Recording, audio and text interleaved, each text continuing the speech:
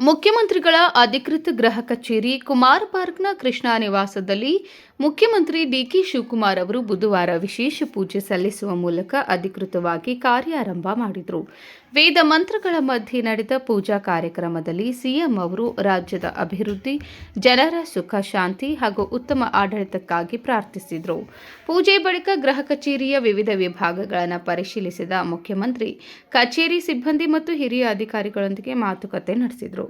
ರಾಜ್ಯದ ಆಡಳಿತಾತ್ಮಕ ಕಾರ್ಯಗಳನ್ನು ಇನ್ನಷ್ಟು ವೇಗವಾಗಿ ಹಾಗೂ ಪರಿಣಾಮಕಾರಿಯಾಗಿ ನಡೆಸುವ ನಿಟ್ಟಿನಲ್ಲಿ ಕೃಷ್ಣಾ ಗೃಹ ಕಚೇರಿ ಪ್ರಮುಖ ಪಾತ್ರ ವಹಿಸಲಿದೆ ಎಂದು ತಿಳಿಸಿದರು.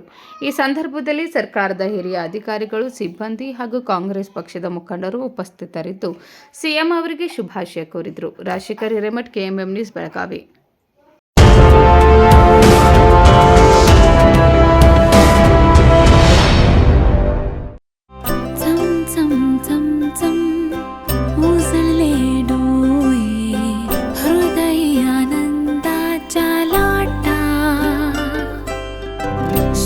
क्षण आले क्षण प्रेमळ है रेशमात गुंफून सोनेरी.